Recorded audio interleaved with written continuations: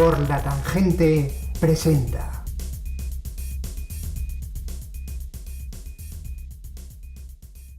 Aquí os traigo el resumen del sábado. Como sabéis, estuvimos en el stand, ya pusimos un concurso de cursos. Después también los chicos de Cabaña Seca presentaron su serie, su webserie. Y vimos un episodio, pero que va a presentar hace nuevo. Y tal, también presenta la de Horror Movie Show. Esta la serie esta. Pero porque por problemas técnicos no se pudo hacer, porque por temas de organización y tal, no estuvieron, no se puede hacer, una lástima, pero también estuvimos con los chicos de Guerra de Mitos, que enseñaron un poco a jugar y tal, y la verdad, se ocurrieron bastante los chicos, los chavales.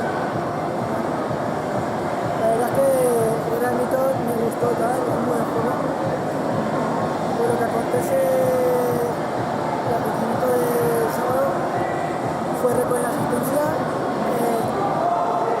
Vino gente que no esperaba que ver por aquí.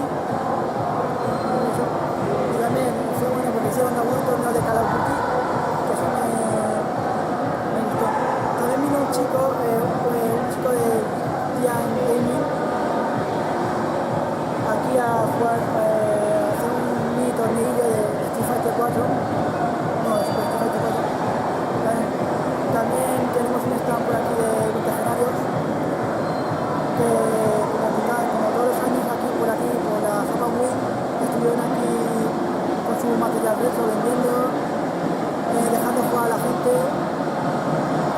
También tuvimos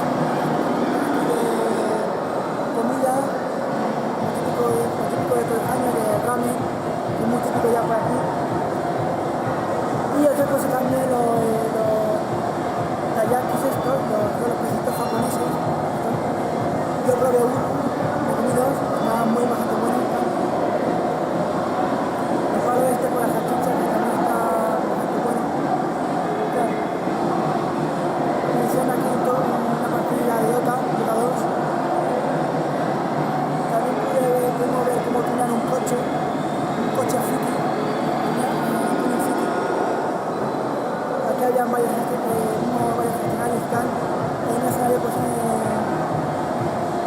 está ahí no está ahí tan famoso. Ya lo están poniendo ahí. Y también en otra serie, en otra parte habían videojuegos y tal, Smash Bros, Tekken, etc.